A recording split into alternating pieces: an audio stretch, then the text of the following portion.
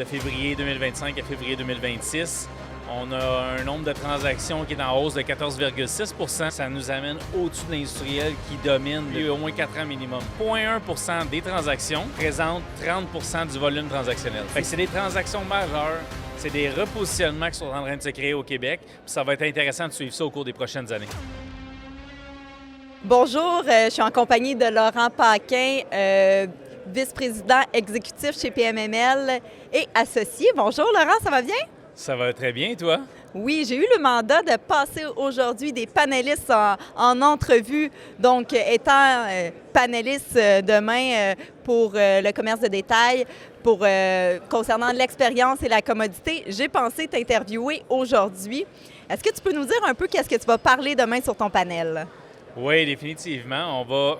Tout d'abord, je vais être avec quelqu'un du groupe de Carbon-Léo, Brasswater et Massive Art. Donc, on va parler vraiment de l'expérience client, autant le côté commode aussi, tout ce qui est épicerie, pharmacie, où est-ce que ça s'en va, c'est quoi l'avenir à travers tout ça dans le retail, comment que ça se repositionne en ce moment, c'est quoi les enjeux aussi qui vivent les gros propriétaires pour attirer des bons locataires puis les garder aussi. Puis pour les garder, il faut s'assurer de donner une expérience client pour avoir une belle clientèle puis avoir des beaux chiffres là, pour ces commerçants-là. Fait que c'est pas mal de ça qu'on va parler demain. Ça fait plusieurs fois que tu es panéliste au sommet de l'immobilier. Est-ce que tu peux nous parler un petit peu de cette expérience-là, de pouvoir partager les connaissances et qu'est-ce qu'on voit sur le marché actuellement? Définitivement, c'est toujours un plaisir d'être panéliste. D'ailleurs, je suis toujours bien entouré, ayant à mes côtés pour ça. Définitivement, c'est agréable d'être sur les panels, de pouvoir dire notre point de vue, voir ce qu'on voit dans le marché. On a un fort volume transactionnel. Là. On a beaucoup d'industriels, oui, mais maintenant, on touche beaucoup aussi au bureau, commerce de détail.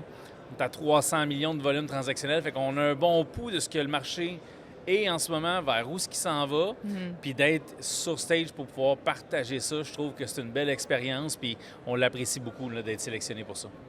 Puis si on pousse un petit peu dans le sujet de demain, oui, le commerce de détail, c'est quelque chose qui nous a surpris cette année, on pourrait dire, par rapport au nombre de transactions d'envergure qu'il y a eu.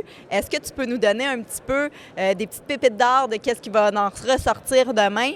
Puis, bien entendu, ça va sortir, les vidéos vont sortir suite à ton panel, donc on ne brisera pas aucune surprise, là. Définitivement. Demain, je vais parler que pour la dernière année, là, la variation annuelle de février 2025 à février 2026. On a un nombre de transactions qui est en hausse de 14,6 % qui nous amène à 1090 transactions, mais surtout une hausse du volume transactionnel de 47,3 %. Wow, c'est significatif, là. Qui monte définitivement. Là, on est à 3 169 millions. Ça nous amène au-dessus de l'industriel qui domine depuis les dernières années. Depuis longtemps. Oui, depuis au moins 4 ans minimum. Fait que ça nous montre qu'il y a beaucoup d'actions. Puis si on regarde les 1090 transactions puis qu'on le décortique, là-dessus, dans le top 10 des transactions, donc 0,1 % des transactions, ça représente 30 du volume transactionnel. Donc, il y a seulement 10 transactions qui représentent 30 % du volume transactionnel? Exactement. Wow! Fait que c'est des transactions majeures, c'est des repositionnements qui sont en train de se créer au Québec. Puis ça va être intéressant de suivre ça au cours des prochaines années. Dans les 10 transactions, je sais qu'il y a le Promenade Saint-Bruno. Il y a quel autre? Est-ce qu'il y en a que tu peux nous nommer rapidement? Oui, Newman, la strip Newman, qui est Brivia qui a vendu. Beau projet, 62 millions. Il y a un gros projet qui s'en va là aussi. Là. On a sorti les plans via les PPC-MOA qui sont publics. C'est des beaux projets, honnêtement, c'est le fun à regarder. Il y avait aussi le Guzzo à Laval aussi qui est sorti. Transaction du village Mont-Tremblant aussi, 90 millions de Brasswater, l'acquisition. Fait qu'il y a des grosses transactions qui sont sorties, la plupart tout au-dessus de 30 millions. Puis comme tu l'as dit, les Promenades Saint-Bruno, qui est le plus gros chiffre, là, transaction de 565 millions. Puis là-dedans, ce qui était intéressant qu'on a analysé, c'est qu'il y avait, oui, un mix de cash et un mix d'équité. Donc, oui, l'acheteur garde le vendeur dans le deal. Ça, c'est intéressant, là. Ça nous assure une belle transition. Fait que c'est toutes des affaires de même là, qu'on va pouvoir discuter, là. Puis toi, tu penses que le commerce de détail, ça s'en va où? Ça va être quel style de commerce de détail qu'on va avoir dans les prochaines années? C'est quoi les types de projets là, qui incluent du commerce de détail présentement? Bien, ça va être vraiment intéressant de suivre demain ce que les autres panélistes vont dire parce qu'ils sont vraiment sur le terrain temps plein. Massive Art aussi qui crée des milieux de vie. J'ai vraiment hâte de les écouter. Puis moi, je pense que qu'est-ce qui est les villes en 15 minutes, là, tu sais qu'on a du résidentiel au-dessus de notre premier étage qui est souvent commerce de détail, un peu de bureaux, des garderies. Espaces verts. Oui, hôtels, tout ça.